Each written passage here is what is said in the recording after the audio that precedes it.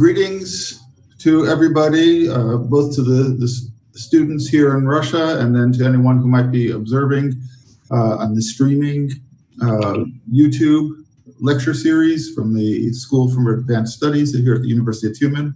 I'm Jay Silverstein, and we're talking about the rise and fall of complex societies.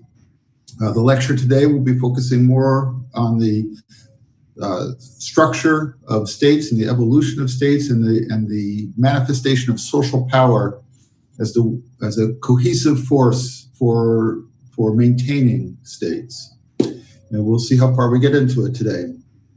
Before I get going, are there any questions?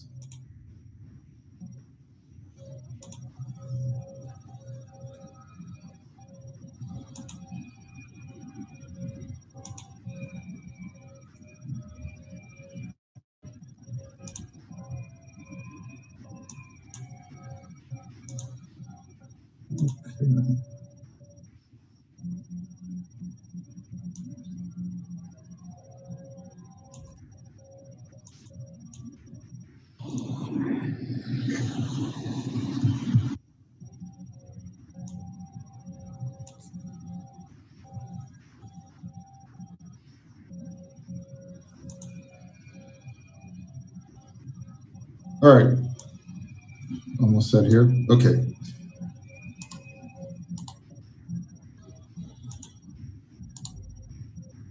So when we left off last week, we were talking about Emil Durkheim's concept of solidarity, and we'll talk about this a little bit more at the end of today, or maybe the beginning of Thursday. But solidarity is that measure of that force, that interpersonal force that unites people together into groups. And we talked about the concept of mechanical solidarity, which is that solidarity that emerges between people because of their family relationships, between sort of a natural, more basic state of human interaction. And then organic solidarity, that's more superimposed by structures that we construct in our lives, whether it be church or state or social organizations or shared labor unions, for instance. So we can create means of solidarity. And of course, states thrive on that, right? That's the part of the defining character of a state, is that organic solidarity that unites us all as Russians or Americans or members of the European Union or whatever national identity that comes down, that we might not in nature necessarily be able to associate with each other in those terms because of great distances and cultural and linguistic barriers. But we construct these identities, these solidarities within the state. Then we talked just briefly also on this concept of anomie, where you begin to disassociate with that solidarity, where there's a breakdown, and it could happen at the mechanical level, but more likely at the organic level, where people begin to feel apart from that state. So when we talk about the collapse of society later, we're going to want to keep this in mind, right? Because part of what happens when a society collapses, for whatever reason, and those reasons we want to understand, people begin to disassociate from belonging to that group, that defining character of the state, the thing that made them all work together with a common goal, a common identity. So when we think about the state, we want to consider what are the circumstances that drive us to form into these more complex societies. Jean-Jacques Rousseau, and think of here is the eternal optimist about the nature of human beings. And he says, government originated in the attempt to find a form of association that defends and protects the person and property of each with the common force of all. So the common force of all of us getting together, we are better able to protect ourselves by working as a group. And that's really fundamental to the concept of the state. The concept, maybe not the practice. So Rousseau, in the social contract, he talks about man is born free and he is everywhere in chains.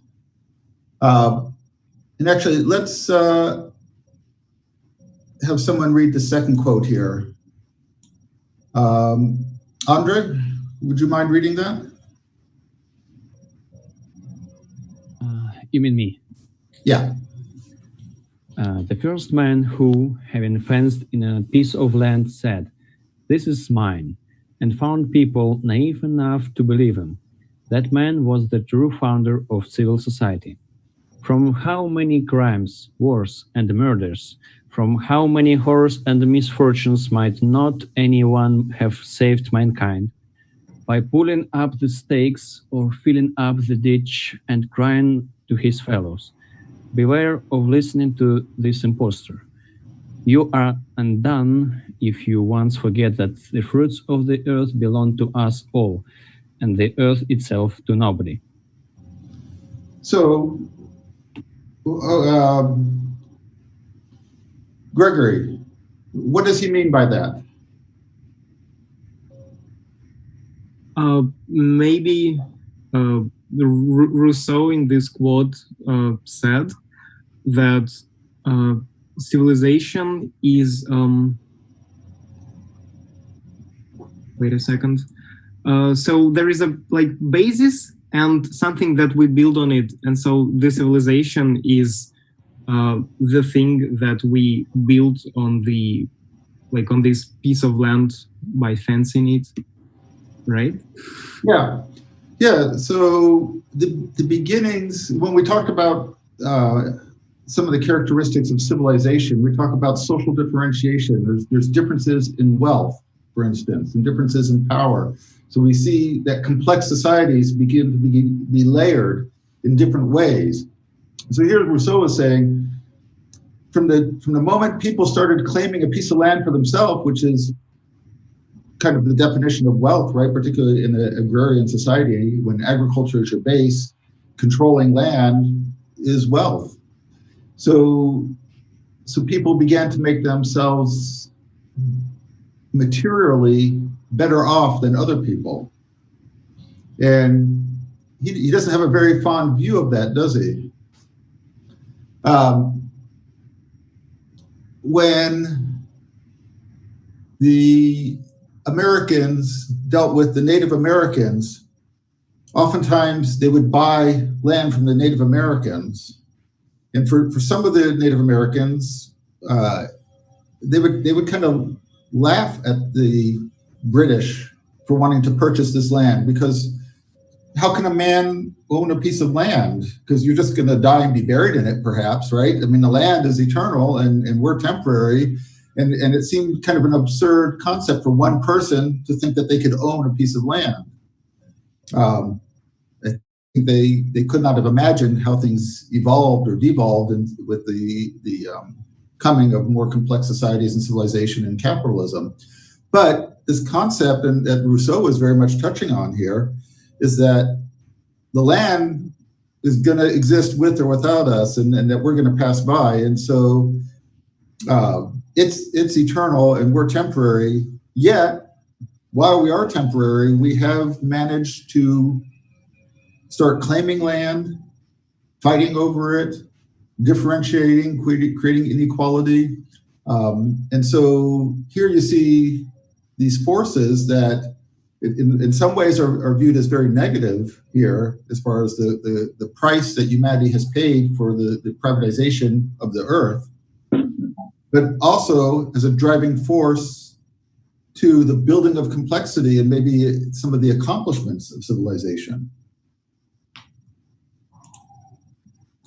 So what is the role of property in civilization? So this philosophical or perspective or school of study that you see in sociology and anthropology is historical materialism. Let me go. Alyssa, did you have a question? Yeah, I wanted to know which society first starting privatizing land. Do we know that? No, not really. It'd be very difficult to know something like that, because it would have happened very early on. We can think of it theoretically, and we'll get to some of that as we talk about structure of societies. But privatization of land is going to be associated with increased social complexity and stratification of wealth, of social status within the society. Originally, it probably would have been a corporate ownership, where groups of people based on like clans and family groups would own a piece of land. When I was working in Papua New Guinea once, we had some fighting going on between some of the different tribes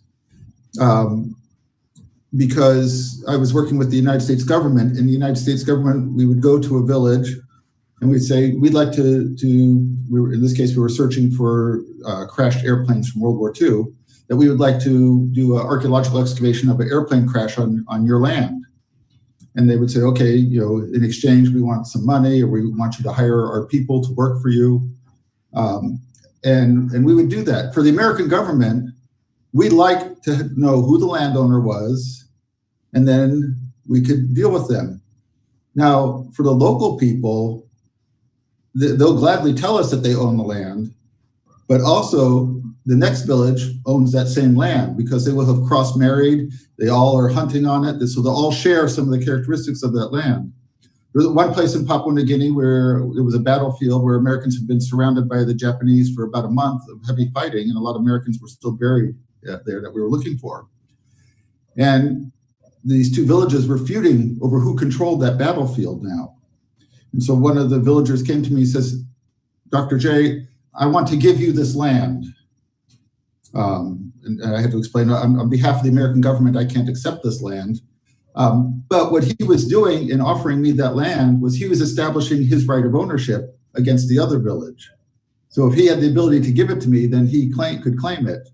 And then I would owe him because he had given me the land.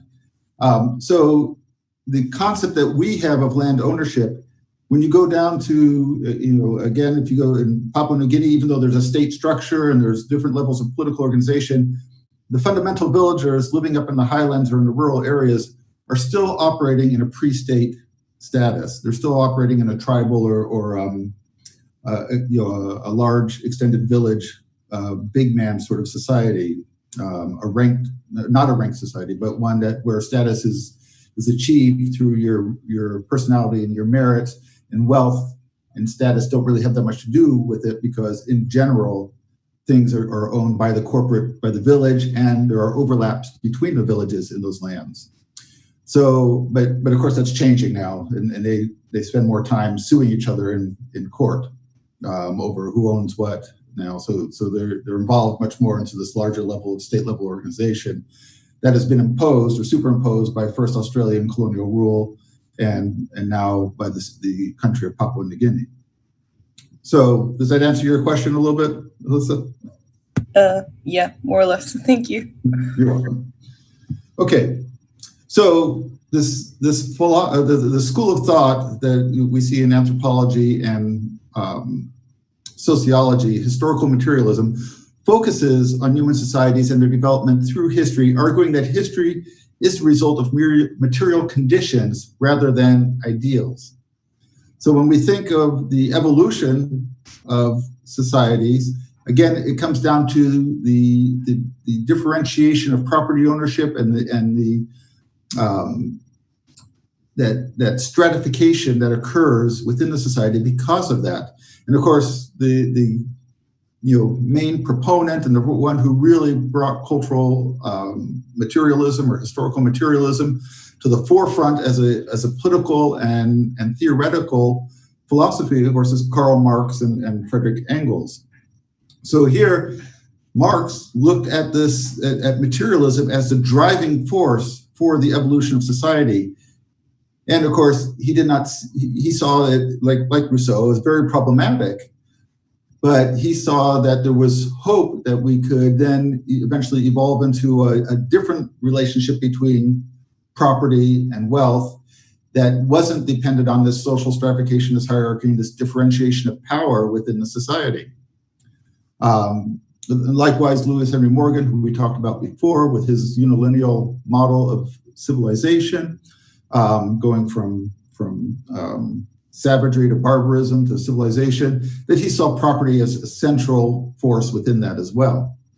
So these concepts that we see in historical materialism are embedded into our modern capitalist system. And when you think about the functionings of really every state that exists on this planet, property rights and territorial boundaries are fundamental to the nature of our complex societies.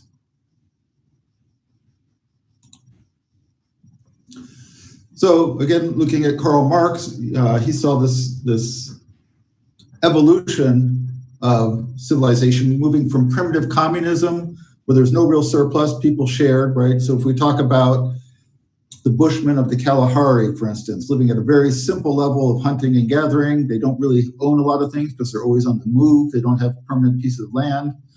And then he looks at Asiatic modes of production, where you have more intensive agriculture, ancient modes of production, looking at the Greco-Roman system, moving into the feudal mode of production, where you have the serf and the lord relationship. So you see this development of more intensification and more consolidation of capital, of wealth, of land belonging to fewer of the people within the group.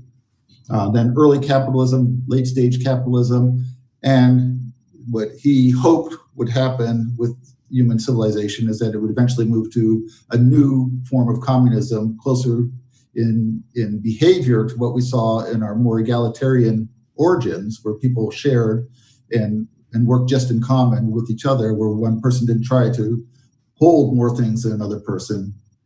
And of course, that would lead to the demise of our nation states and our class system. Engels, of course, was one of the Marx's ally who was best able to articulate these ideas in some of his writings. So he has The Origin of the Family, Private Property, and the State in 1884, where we look at the mode of production, the process of capital, the process of alienation. Now, if we think about alienation, we go back to Emile Durkheim's concept, which may be followed, but this anomy that people begin to feel disassociated. Now, he was looking at those forms of solidarity as a means of disassociating from society, of feeling disconnected, not belonging, or hostile towards the society that you're in.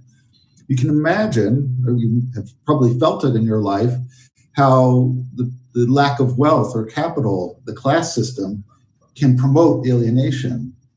That some people having more wealth of the country, more access to do whatever they want in the country, versus those who maybe are struggling just to be able to eat or have a home. That you can see that alienation is when you get to this the ultra stage of capitalism that we have now, where you have this massive differentiation that was unimaginable 100 years ago or any other time in the history of humanity. How some people might feel alienated, and how coming out of the 19th century, we have this Marxian wave moving across the planet of people not being satisfied with the capitalist system, with the Russian Revolution, of course, and other revolutions occurring around the world. America nearly going communist also through political processes. So it was something that resonated with people. And it's interesting when we look at where we are now, how states reacted to that.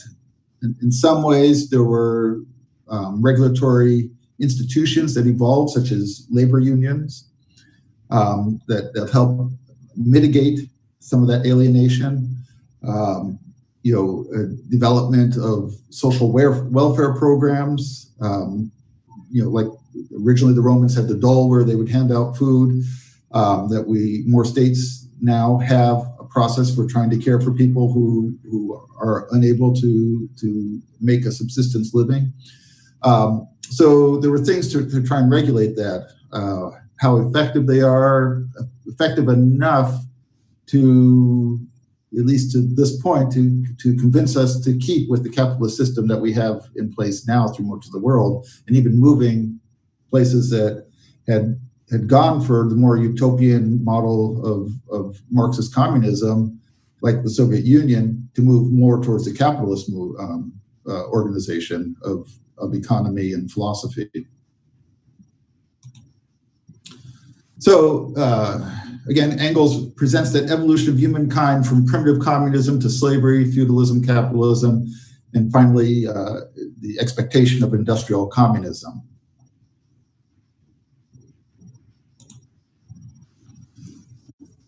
So about 100 years or so before Marx and Engels, we had Adam Smith writing about the concept of capitalism, right? So this became kind of the Bible for the modern economy. For those of you familiar with, somebody volunteer, who are familiar with Adam Smith, what do you think that he would think about the relationship between material property and the state? The state have to give up to regulate the market. What do you mean has to give up? What do you mean by that? Yeah, I cannot spell this concept in French, but the thing was that government shouldn't intervene into the business of market. Right, so laissez-faire, right? So the government keeps its hands off of the market, right? And that, in the words of Adam Smith, the invisible hand of capitalism will regulate the market automatically. Is that the reality that we found with capitalism? What's the state role? I mean, you have a very strong political movement in the United States for exactly that process, to get the state as far away, deregulation, get the state off the back of corporations, and then allow the economy to fly. And, you know, in the United States prior to the pandemic, the stock market was doing very well under Donald Trump, in part, one presumes, because of all the deregulation where he was getting the state off the back of corporations. What are your thoughts on that when we think about the structure of a complex society? What role should the state play in a capitalist system? Yeah, I think that will be in contradiction with Marx, because I think that this way can only increase social stratification, social problems, inequality, and so on. Yeah. Yeah, so I mean that government have to pay some, how do they call that? Support those classes who need that. Okay. In a capitalist state, does the government keep its hands off, do you think? If you had an ultimate of deregulation, is that really what's going on? Is it the invisible hand of the market, or is the state become a tool of the corporation for collecting that wealth? What do you mean about the tool of corporation? Well, for instance, a lot of wealth in the United States has been generated from taxpayer money. So there are contracts, you know, military defense, for instance.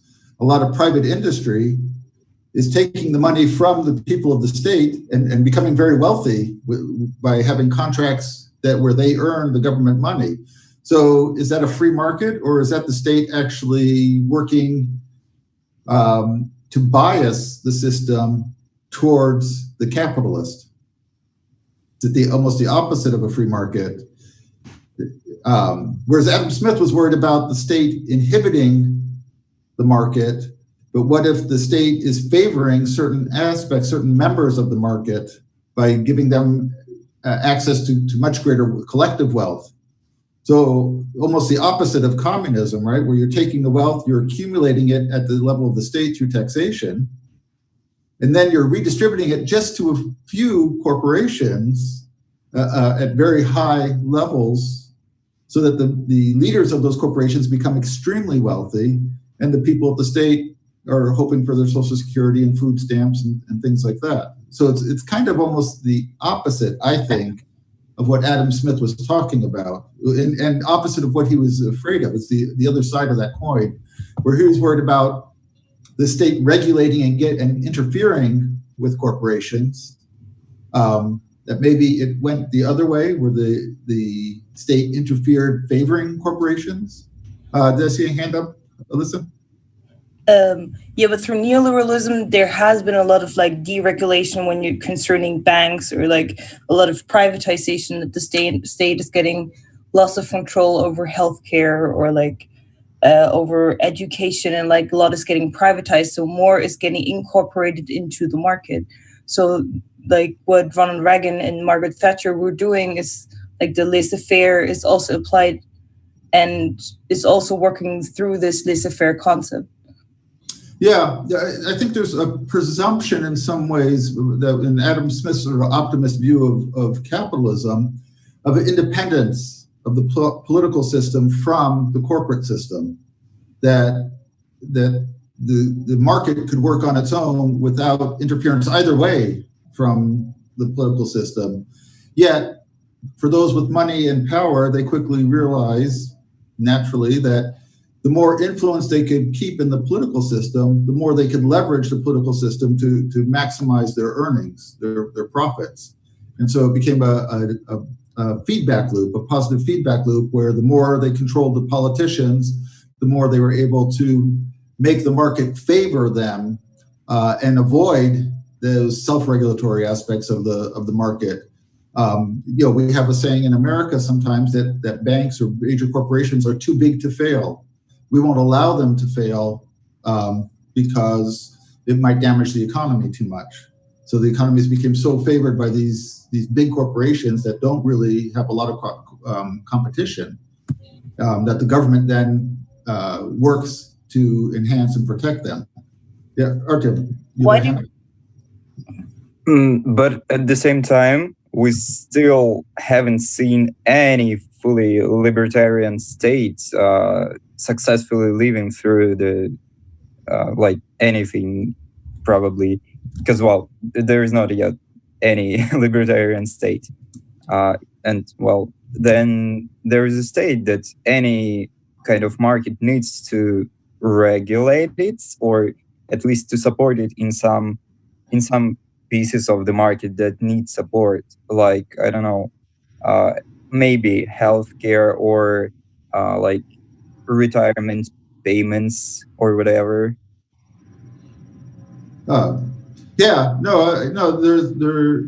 It's very hard to make an idealized state.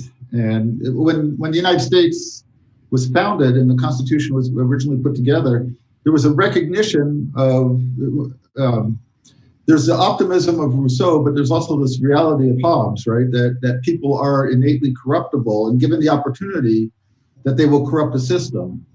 So the idea was to create a system that had enough checks and balances to regulate that. So it seems like it's very difficult to achieve that sort of theoretical reality, or that utopian reality that one might say that we could on paper achieve, the Marxian utopia, for instance. That any of these systems can be leveraged by people once they get enough power. And this is going to be really important as we get to social power, and particularly when you think about some of the readings you have for this week, like Michael Mann's Sources of Social Power. Other comments?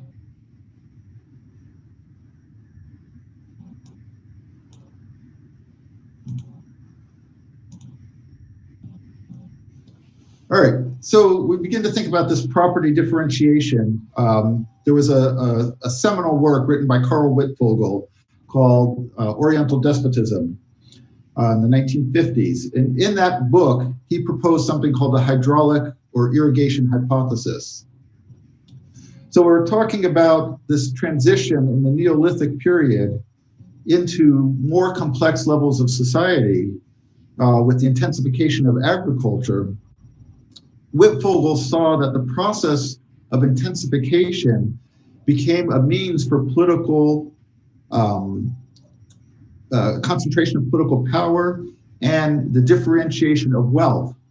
So if you think about what it is when you're got a large farming complex, or you're evolving a farming complex, and as you expand your fields, and you're working out on a floodplain, because we see these, his hypothesis is focusing on the major river civilizations that emerge in China, in India, in Mesopotamia, in Egypt.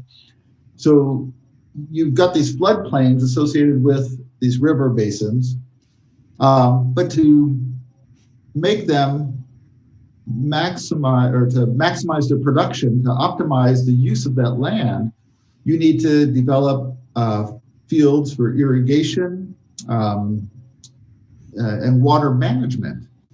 So he sees that the mechanisms of large-scale irrigation are linked to the emergence of the state. So you need to organize people into labor parties to dig these canals, to maintain them, to dredge them, to control the water, to adjudicate who gets access to water during hard times of the year where there might be less flow, mechanisms for moving the water out of the river into the canals.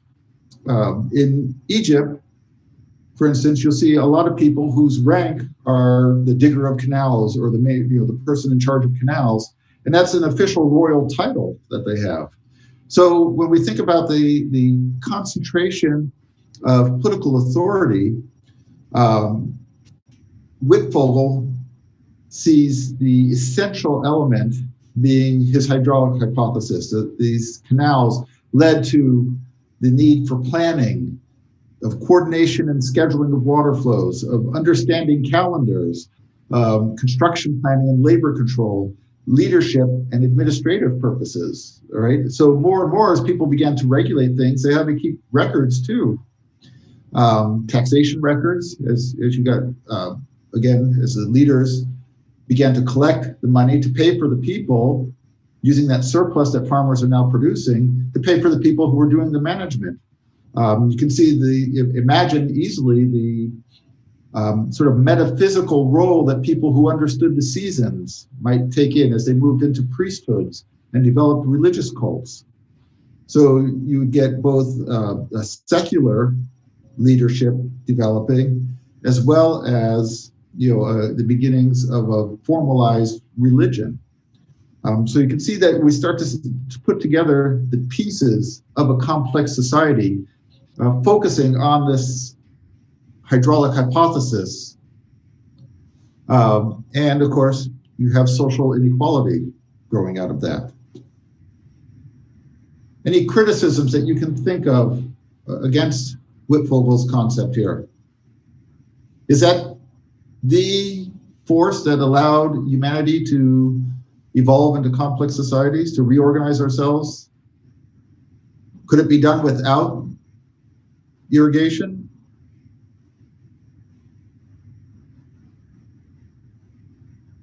Well, I guess this view is kind of dependent on agriculture as the marker of civilization, and then again, Mongols are doing it different because their economy, an economy of some northern tribes, was dependent on animals only, and then its irrigation just doesn't make sense in this system. Right, but something to consider is that, and I didn't mention it, when we talk about these origins of these first civilizations, something that we might refer to as autochthonous, so that it generated by itself. There was no outside force that influenced it. So when we talk about these great civilizations that he talks about in Oriental despotism emerging, that they are emerging as primary civilizations, the very first civilizations. Something like the Mongols, that much of their centralization and organization could be seen as a secondary effect by their relationship with China. So I'm not saying it's impossible, but I'm saying that it might be a case where we're actually looking at a case of secondary state formation or complex society that was in response to another complex society that had already evolved. Can you think of any examples aside from the Mongols that might represent a centralization of authority where there's enough surplus that would allow for the concentration of wealth and authority and the development of class systems? There's not many, really. I mean, there's a few. There's one in Florida, the Calusa, who had a fishing economy, and therefore they weren't involved heavily in any sort of agricultural or irrigation, that they were able to develop to create enough surplus from fishing that they led to at least the concept of a paramount chief, and we'll talk about that later. So this level of barbarism in Lewis Henry Morgan's book, but they were able to have a paramount chief and at least a couple of layers of social stratification based on a fishing economy. There was one hand up, was there? Yes, I'd suggest another one. There was a kind of North Asian civilization that Russian Empire was struggling with, and well, it haven't been really successful in fighting this civilization. I'm not sure was it really like developed enough, but it surely was self-sustaining on the basis of reindeers and fishing, which is enough. Yeah, there's a lot of civilizations, and we can call them civilizations, were very good at resisting state incursions because they were so adapted to the landscape. They knew the land very well. A lot of times they had diffuse political organizations or social organizations, so they could fight in small levels of bands. And they could be many Native Americans who did form, like the Calusa, form into a paramount chief where they had a capital city and then smaller villages around it. So you had a settlement hierarchy. The Plains Indians, for instance, they didn't have that. They were more nomadic. They were able to move around seasonally, and their resistance to originally the Spanish and then the British and Americans was really phenomenal, that they were able to resist very well. And that's one of the advantages that someone who's not in a centralized society has, is that oftentimes they have rougher terrain. So they live sometimes in the mountains, in areas that are difficult, that they're well adapted to them, that they have a hard lifestyle often that involves a lot of movement and traveling and physical labor and aspects. So they're able to resist the encroachment of civilization very well often, but it's rare that they have actually settled where they have a capital city and the settlement hierarchy and different levels of stratification. Probably they're closer to an egalitarian or band level of society. Up in Lapland and that area, I don't think that they have complex chiefdoms up there as far as their political organization. It's not an area I know very well. I'd have to look it up, but I'm pretty sure that they were organized more in tribes and bands rather than in a centralized society. Another one in North America that I can think of that was centralized based on a fishing economy, mostly fishing economy, was the Kwakayurol in the northwest of America and into Canada. That there's another place where you had these paramount chiefs, you had capital cities and smaller settlements around it, at least probably two levels of settlement hierarchy, where you have one big town and then smaller towns that would pay tribute or that would be part of the political organization of the main town.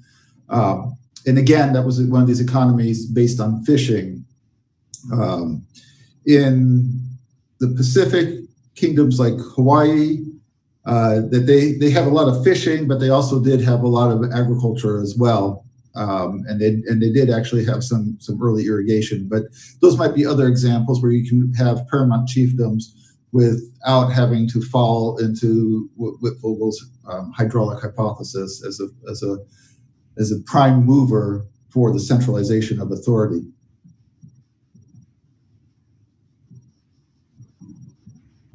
Other questions?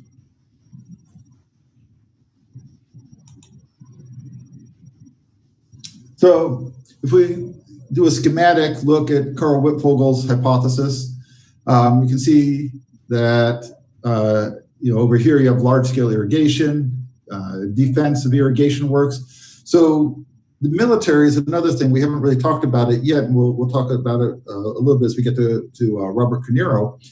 But when you start to have property like Rousseau was talking about, and that you have something to fight over, right? When you're defending your land, now there's something to defend, or there's something to take away from someone else. And so another aspect of the centralization process is that as you become invested in owning that land, right? If you're growing your crops on it, and with irrigation and a floodplain that floods and rejuvenates the fertility every year, you have to defend that land because someone can come and take it away from you. And so to be more efficient, it means you have to begin to organize yourselves militarily.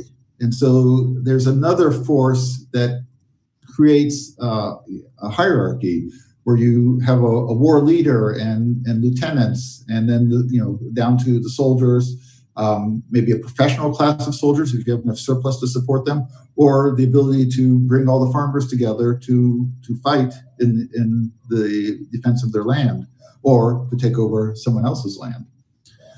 So defensive irrigation works. So you see how, if I point my hand, that doesn't help you. So large-scale irrigation, defensive irrigation works, and these are all feeding over into differentiated leadership. Water scheduling, calendrics, again, you have that rise of the knowledgeable people, right? The people who study the stars, who study the seasons, who are able to then leverage that knowledge, usually in the form of religion, to help regulate and optimize that production, and they have status associated with that. And when you have the development of gods, who the king derives their authority from, then you have these priests who are working with the gods to help provide the legitimacy of that king to maintain that position of leadership. Also, you see construction planning on here, labor coordination, stable productivity, all increasing the wealth, right? So once you have that regular amount of extra food coming in, you're able to support the people who are not working in agriculture. And again, we see this feedback loop where all these things are loading into greater and greater levels of socio-political stratification, of difference in wealth and difference in status and power.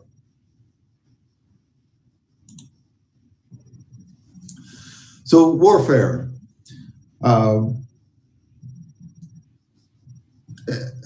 Ekaterina, can you read that? Are you there? I can if needed. Okay, I always fall back on you. Violence has been a feature of human society since the Paleolithic, but as communities grew in size, the scale of conflict increased. Okay, so going back to the Paleolithic, for instance, can I ask people to turn on their videos so I can actually see you rather than just your picture? I think I have enough bandwidth that it's not an issue. That way I feel like I'm actually talking to real people. So the Paleolithic, there have been a couple of theorists who've tried to suggest that if you go back in human society that we were nonviolent, but as we get historical data from these various time periods, we begin to see that indeed no, violence was going back, very early in human interactions. But the violence was small scale because people lived in small bands and were in small scale, and they didn't have a lot of things to defend. When you have property come onto the scene as something for humanity to own, there's obviously a big change and a big increase in that violence. So going back to Paleolithic, there was violence, but the scale and the objectives of that violence evolved along with human complexity.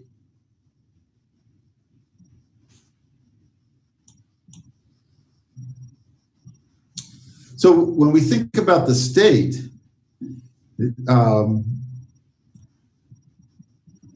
it has a particular relationship to violence. And here's where Max Weber kind of comes onto the scene as one of the leading sort of Marxist theorists in taking, helping to push the understanding or our thoughts on the role of the state to the next level that led us into the 20th century concepts of it, and of course his concepts fed very much into Michael Mann's concepts, which is that you're reading for tonight or this week. So actually, let me Daria Kozevennikova. I always have trouble with your name, but can you read that for us? Yes. The state is the thing which claims the monopoly of the legitimate use of physical force within a given territory. So what does he mean by that?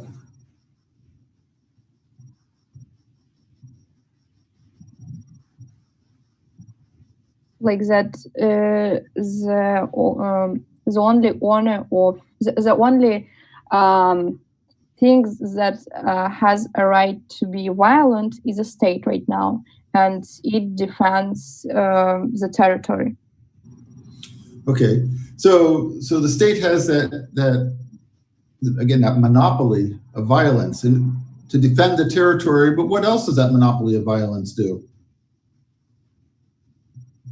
Does it control the internal structure of the state as well? Yes, it's create a security, like a safe zone, also to protect some people and punish the citizens that do not follow the law. Yeah, so it's got a coercive aspect of it as well as a maintaining of these of territorial boundaries.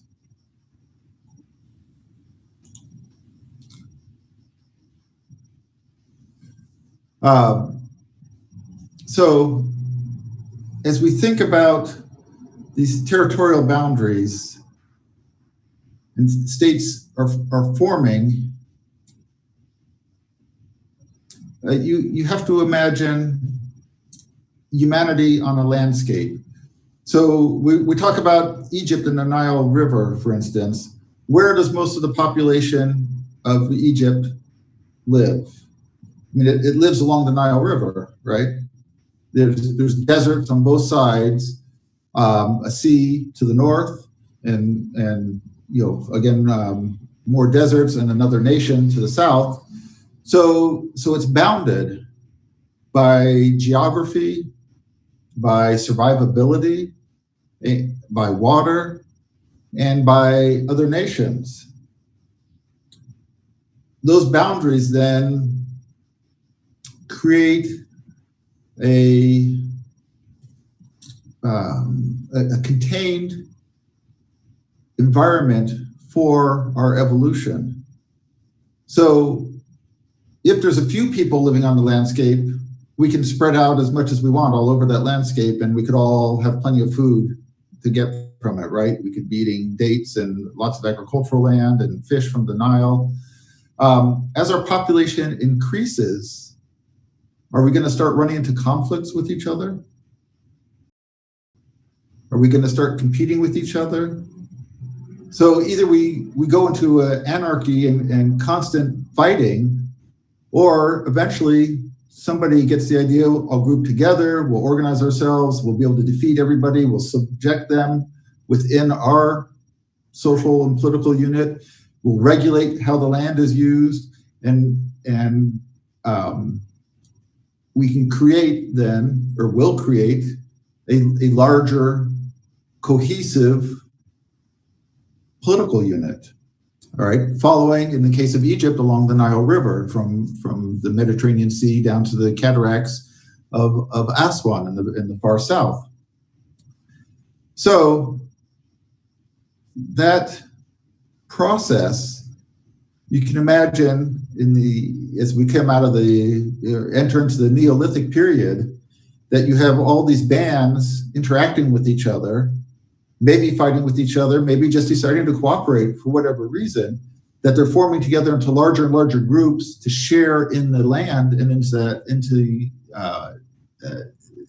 the cooperative use of those resources, eventually sort of reaching the limits that they can manage based on the geography and the geography, both the physical geography and topography and the human geography. So what happens when you're still expanding, but now you have two city-states or two political units that are abutting each other, and they start clashing with each other? What Robert Carneiro talks about is this concept of circumscription theory, that by being trapped by geography, human and natural, that it forces us to organize ourselves, to make maximum efficient use of the land, to regulate ourselves in the use of the land, and to compete with those other people who we're butting up against.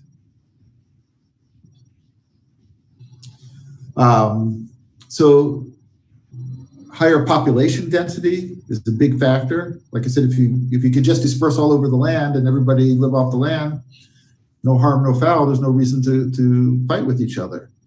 But as population density comes up, we're going to have to organize ourselves, and there's going to be competition.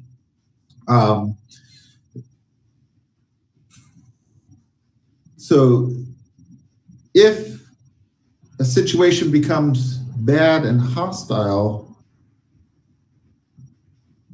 you have the option to stick and fight it out, or to go find someplace else to live. If you can't find someplace else to live, then you have to stick and fight it out, right? So when you look at migration going on nowadays, we have a lot of people coming out of Africa and out of the Middle East. Why? Anna, are you there? Anna Trevina? No? All right. Sophia? Why are people migrating from Africa and the Middle East now? So I think there is a question of circumstance, of some bad circumstance. For example, it can be refugee who are forced to escape from some military actions, and also there are bad economic conditions, for example, economic crisis.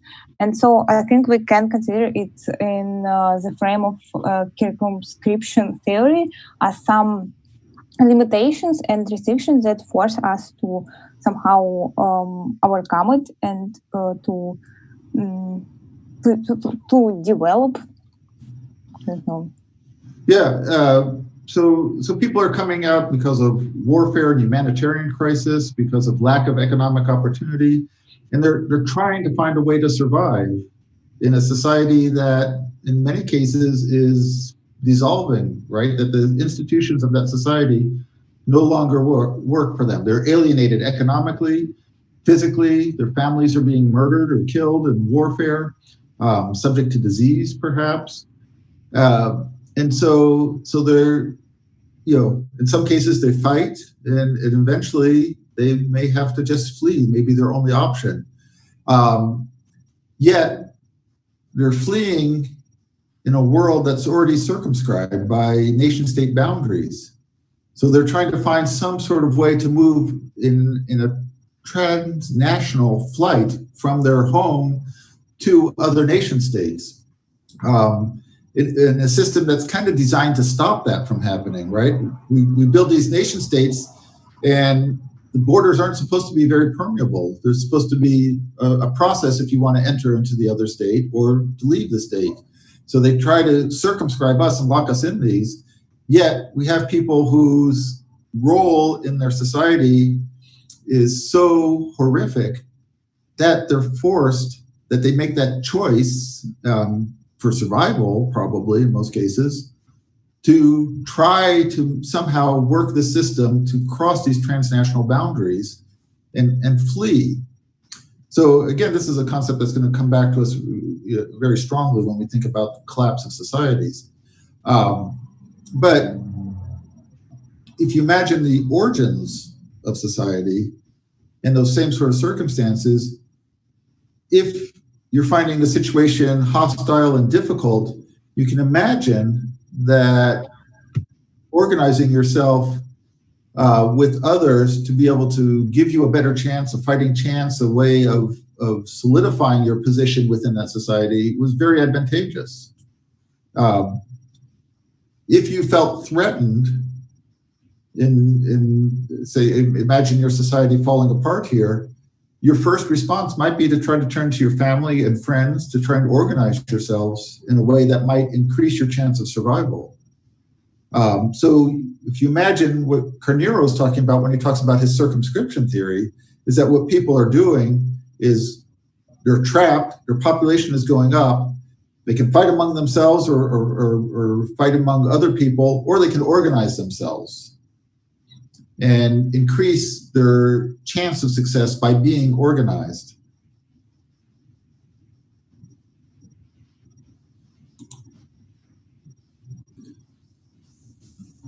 So if you look at the elements of circumscription theory, you have population growth, circumscribed agricultural resources, increase in warfare, increase in military organization, societal domination. Oftentimes when you have these competing elements, that one might conquer the other one and then demand taxes or tribute from the one that was conquered, and they might then incorporate them into their larger political organization.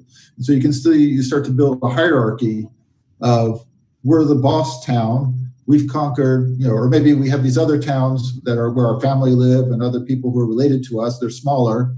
And then we conquer some other peoples, now they're paying tribute to us. And so you start to build a settlement pattern.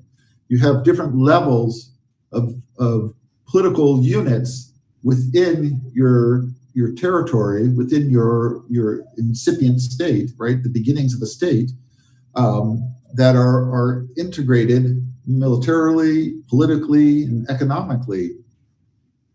So you have tribute flow, administrative needs, right? You need to be able to handle all the bureaucracy associated with taxation and tribute, political regulation, and then you have increased centralized organization.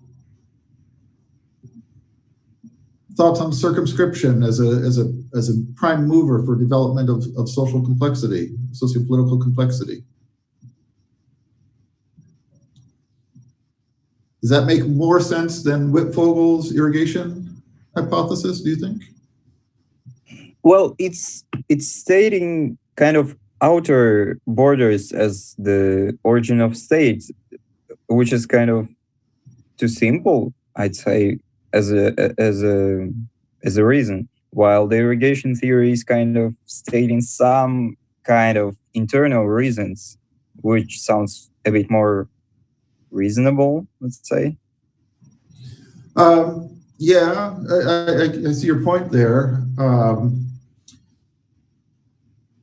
Circumscription, though, implies it implies external forces. But if you imagine Easter Island, for instance, where they're circumscribed on an island, so just organizing yourself under those circumstances, they had a lot of internecine warfare, as it turns out later on. But you can have an impetus for organization without that much external pressure. Also, I think when your environment's circumscribed and you're having to deal with your population, so either you're going to start fighting among yourselves or you're going to organize yourselves.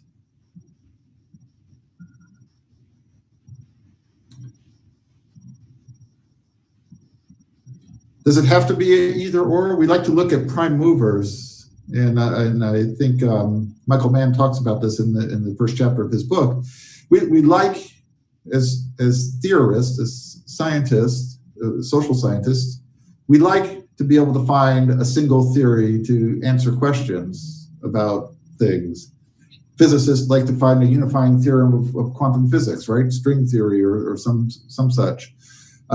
We like that. We like understanding the origin of species through Darwinian evolution. We like to have a single theory that answers all our questions. But does reality fall into single theories? Is circumscription that much different in some ways under certain circumstances than irrigation theory, or do the two perhaps overlap, right? If you're irrigating a piece of land, now do you have something to be circumscribed, right? Something to be surrounded and something to defend and fight for. So I think a lot of times when we look at these theories, and we call them prime movers, what's the primary force that's causing this reaction in human social political organization, in this evolution of human society, that we shouldn't focus too much on these, on these primary causes, on these most significant causes, and recognize that there's variation in the evolution of societies.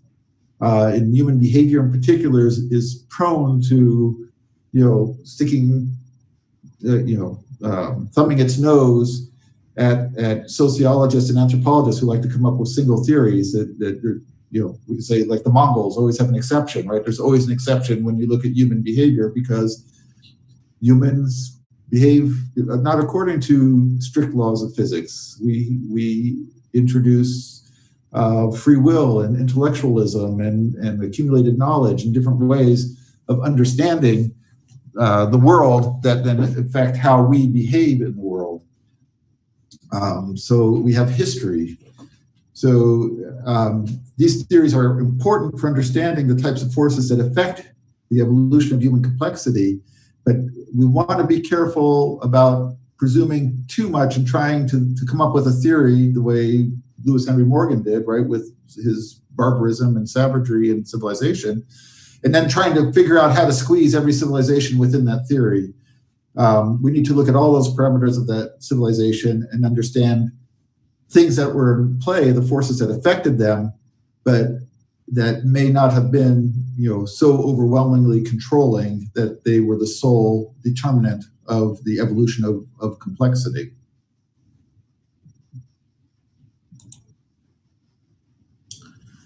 So going along with circumscription, I want to talk a little bit about this concept of pure polity competition.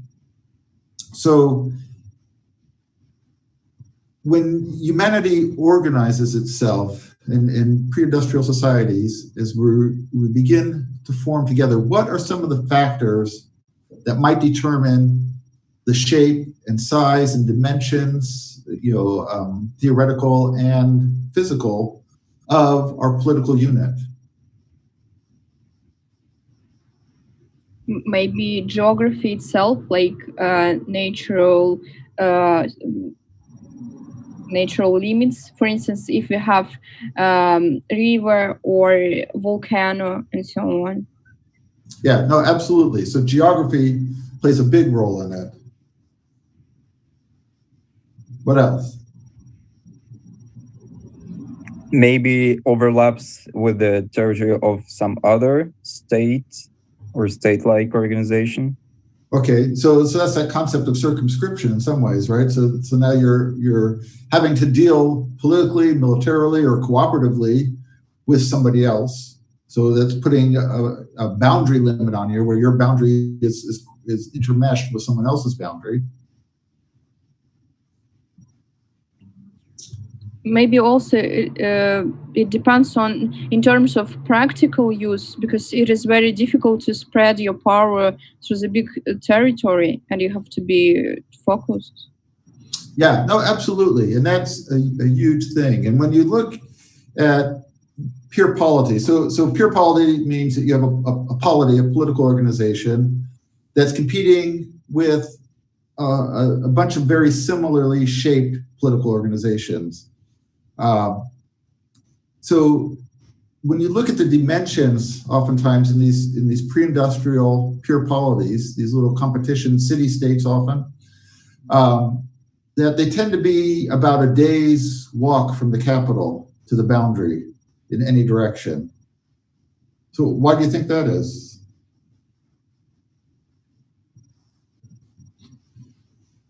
It's a transport issue because no effective transport was invented, let's say.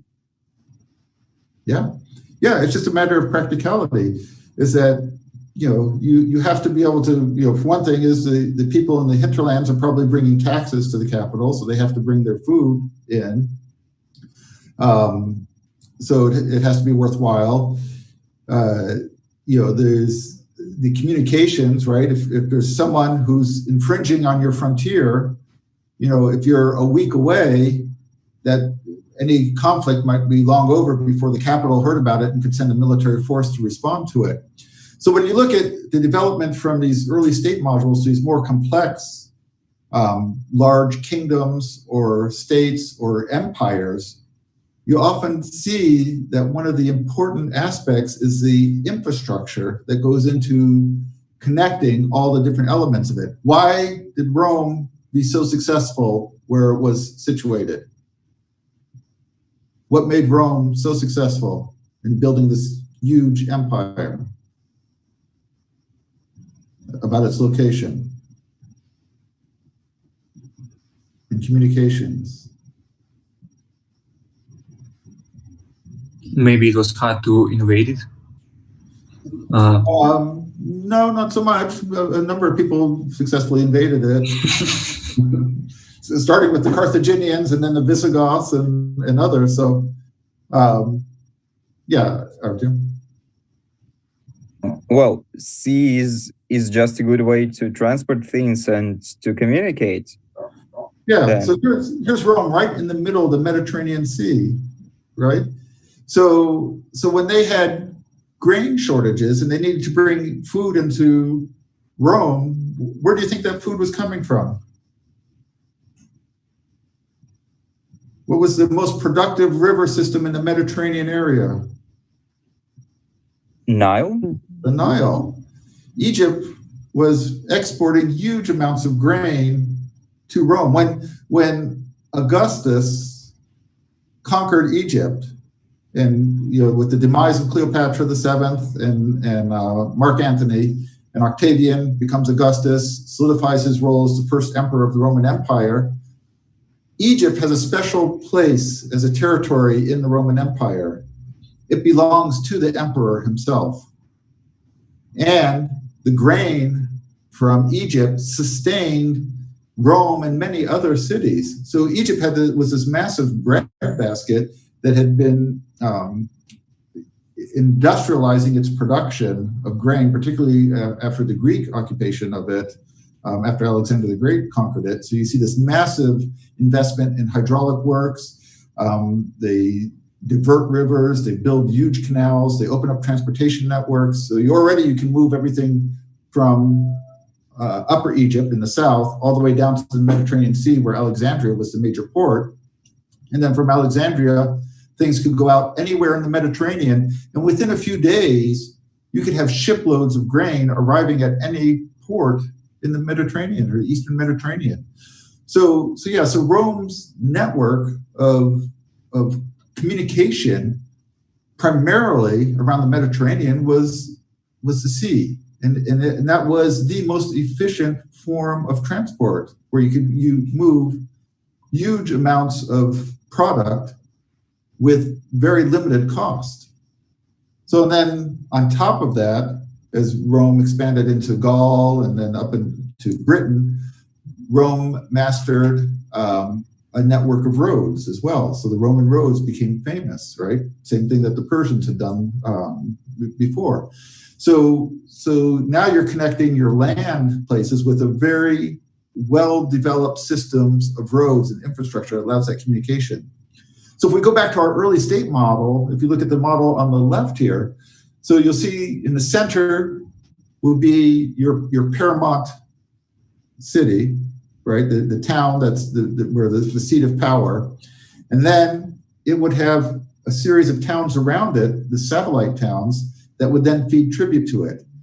as you incorporate more of these sorts of organizations within a larger political organization, you see on the bottom right circle here, you have the larger town, right, the capital now of a larger state that's incorporated these smaller political organizations, each with their own set of satellites that are now feeding into this larger network.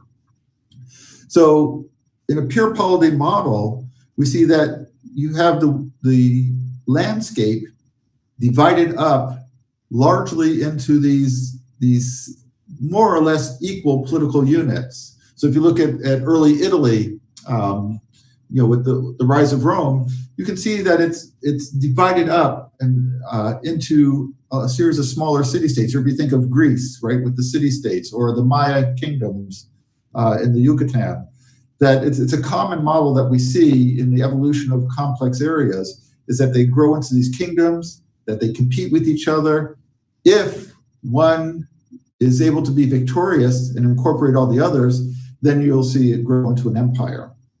But it will always start off with these smaller competing, usually like something like a city-state that has a very limited diameter spatially based on communications. And then they'll begin to create a network of incorporating these other polities, these other political units within a larger political unit.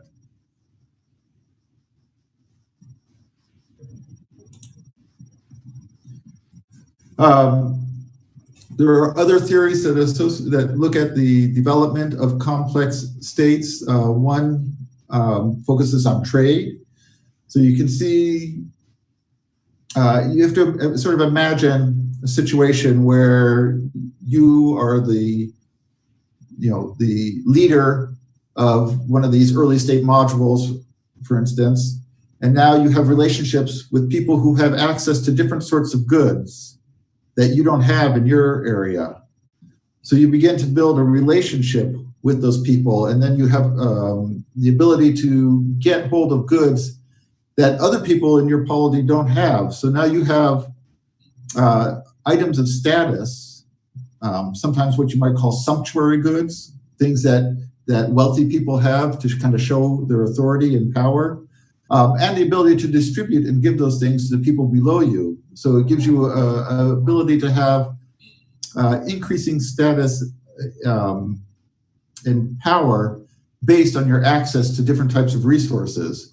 So say you had a cousin who went off to live in another land and opened up a trade relationship, and then that cousin, as a merchant, would import things to you, and then you could then distribute those things within the land, and those things are very valuable. And people wanted those, you would then have status and economic class and potentially power and authority. At a very basic level, there's a nice example from Papua New Guinea I can think of, where people would make very fine stone axes. And the axe is very important for cutting down trees. And it takes, a lot of times the stones that are used for the axes are in the highlands were being imported from the coastal areas. So made of a really fine polished green stone. It takes a long time to work it, to grind the axe to make it something useful. But you need these axes for farming, right? To cut down the trees so that you could then burn the land, because you cut down the trees, let them dry, burn the land, and then you can plant the land and plant your yams and other food. And the axe becomes an essential tool. So usually what would happen is that the elders would own these axes, and that they would have a certain level of status as the young men or women would come to borrow that axe to cut down the trees to farm their land. And they would always, of course, lend it to them. But they had a certain level of status in that. And so you imagine that as a sort of a base level of the increase of social status, that people who have access to this good that they got through some sort of trade relation or journey, that they then have status within that village. In Papua New Guinea, the introduction of iron axes that came with miners and foresters and colonialists undermined that authority of the men who had possession of these axes, and they lost their status because of that, because iron axes became too easy for people to get hold of. People no longer had to go to these men for those greenstone axes. So you can imagine this on a much larger scale, where you're able to bring precious metals. What ingredients go into bronze, for instance? What's bronze made of?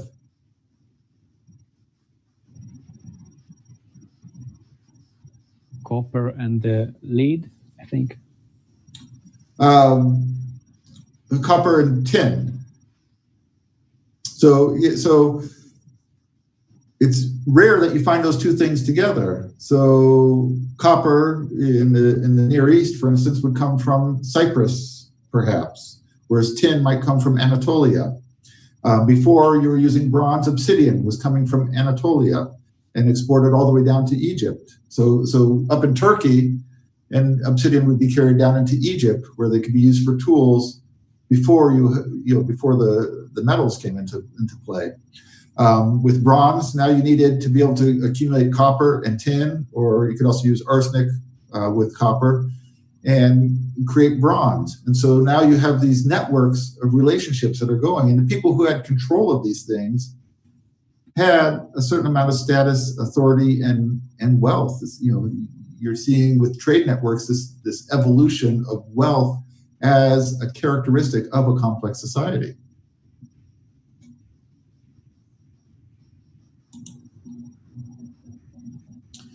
So we were talking about prime movers before and multi-causality and variation.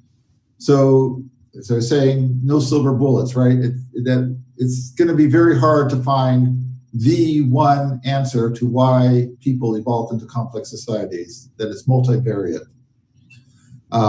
It's not a single line, like we were talking about in Morgan's concept of the evolution of complexity, or going back to even Thompson's idea of Stone Age, Bronze Age, Iron Age as a single line of development. Certainly we see patterns that in technological development in particular, but in human complex social political organization, it's multilinear. There's lots of paths to complexity. We see cycles going on of integration, forming into complex societies, and disintegration. And again, that's really what we want to try to understand in this class, or why do we have this disintegration? And then we see a lot of reoccurring themes that seem to be essential to it, like we talked about with Child's elements of what's required for civilization: population growth, agricultural intensification, environment favorable to large populations living there, the development of inequality, the development of more sophisticated ideologies, theology, religion, trade and warfare playing into it, the development and embracing of a concept of material culture, that owning things is a virtue, is a good thing for people, and that they want to own things, and the more they own, the more status they have. Embracing that as a moral concept. The development of cities, urbanization. So people living in higher densities, both because it allows and fosters sharing of culture, protection, organization, sustaining larger populations on the landscape. So these are common elements that we see when we look at the development of complex societies. May I ask a question? Of course. Yeah, the first one is just to clarify, when we talk about cycling, integration means that we integrate inside our country with our people, and disintegration means that we disintegrate from other countries, or how? No, it relates to the level of political organization, whatever that might be. So we'll tend to develop into more and more complex societies, but we'll also have a tendency that the societies seem to have a lifespan often, and that they can go into collapse and state failure, for instance. And that article I put up the other day for reading, that newspaper article, is the United States in the middle of collapse? Are we entering into a phase of collapse or not? You know, and what is collapse? Again, we'll talk about definitions next week, but you know, is it a society going into a depression? Is that collapse that requires a reformulation? When the United States went into economic depression in the you know, late 1920s or 1930s, there was a reformulation, right? There was increased investment in social network, more state-organized labor forces, so putting people to work for the state in agriculture, in national parks, in building infrastructure. Much of the infrastructure of the United States was built during the Depression as the government developed these programs for putting people to work and trying to make something productive out of it. So is that a collapse? Or is it a near collapse and then a rescue? And had they not rescued, would it have then collapsed? So when we talk about the cycling, we're talking about aspects of that complexity, and this can happen at any level, breaking down. We'll see if we get to it today. I don't think so, but you know, as I was thinking about it, I kind of came up with a way of viewing that cycling aspect of things. So it more refers to the what integrates us. Again, if you think back to Durkheim's concept of solidarity, what integrates us and holds us together with that organic solidarity, and what breaks us apart, where that organic solidarity breaks down and we're not as willing to cooperate with each other, maybe even resulting into violence. If you look at the American Civil War, right, there was a breakdown of that organic solidarity over the concept of slavery that led to, you know, the bloodiest war in American history. Or if you look at the Russian Revolution between Tsarist and communist forces, right? There's a breakdown of that solidarity that identified yourself as Russia as people broke into various factions that then began to fight among each other. Does that answer it? Yeah, thank you. Okay. I have to ask to make sure that I understood the question correctly and that I gave an answer that was in line with the question. So.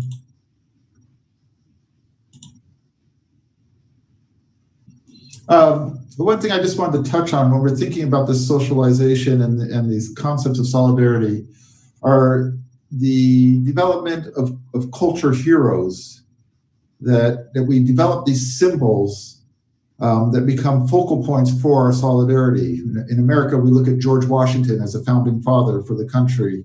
Here you have Lenin, you know, China has Mao, Vietnam, Ho Chi Minh. If you go back into ancient history, you know, the city of Uruk has Gilgamesh, right, who grows into this mythic legend. You know, in ancient Egypt, you have Osiris, who becomes a god. Oftentimes these culture heroes move into these divine roles. And it allows people to develop and identify with a heritage that goes back to these founding heroes. Even if you look at Christianity, right, going back to Jesus Christ as the cultural icon, this is what represents the values of our people. So these become important aspects of complex societies that as we look for ways for building that solidarity, we tend to look for symbols, oftentimes in larger than life people who might grow into, you know, heroic proportions or actually divine, godlike proportions in our conception that provide us with that identity of belonging to that heritage of that culture hero. If you look at the Jewish Bible and Abraham, the patriarch of Judaism, right? He comes out of Mesopotamia with his household god, and that god grows into become the Judeo-Christian god. But it's a household god that can trace back probably to a lineage that he was identifying with. Romans oftentimes associated with the patriarchs of the family, and that these people took on divine status. Alexander the Great, after his death, a cult was developed, a very large popular cult, right, with priests and temples all around the Mediterranean world, worshiping Alexander as a god. So elevated to this role of being a god, and developing a mythology which started with his mother, Olympia, saying that his father wasn't actually Philip, it was actually Zeus, right? That she slept with Zeus and birthed Alexander, right? And when Alexander comes to Egypt, he goes to an oracle and he discovers that Amen is actually his father. The Egyptian god Amen, who's equivalent to Zeus, is actually his father, and therefore he is the rightful heir to all of Egypt. So it gives him a sense of, it gives him an image of legitimacy that he can then tell the Egyptians, I'm your rightful pharaoh. No more Egyptian pharaohs. Now you're going to have a Greek pharaoh because I'm of the Greek or of the Egyptian gods. So we see these manipulations or these evolutions of concepts of identity that focus around these culture heroes. Again, something that I think is important as we think about ideology and the formation of the state. All right, let's see. I think we're just about out of time. I think rather than delve into some of these theoretical models of structures of complex societies, we'll stop it here and we'll pick that up on Thursday. And if anyone has any questions, it's a good time to ask them. Any comments, observations? No? All right. I thank you. I will see you for my class tomorrow for our seminar. And we'll finish pinning down the states that we're going to work with for the term. That will be the final products. I am working on some guest speakers for the end of the term to talk about collapse of various civilizations in world history. I've got some really exceptional speakers lined up, some of the leaders in the world, including Eric Klein has agreed to give a talk. His lecture series on YouTube has 4 million hits on it, so 4 million views. It gives you an idea of the level of resonance that his summary and assessment of the collapse of the Eastern Mediterranean late Bronze Age has had. He's an exceptional biblical scholar, archaeologist, working at the site of Armageddon or Megiddo in Israel. I've been working there for decades. So, and we've got some others, one looking at the Bronze Age in Central Asia, another one at the Maya, and then one other, which I think we'll be looking at the collapse of some. Well, we haven't talked with him yet, so we'll see. But we should have some treats at the end, some excellent perspectives on the collapse of civilizations for the end of the term. Anything else? Thank you for your attention, and I will see you tomorrow then. And I'll stay on for a few minutes if anyone wants to ask any questions off on the side here. Thank you. You're welcome. Good night. Thank you. Goodbye. See you tomorrow. All right. See you tomorrow.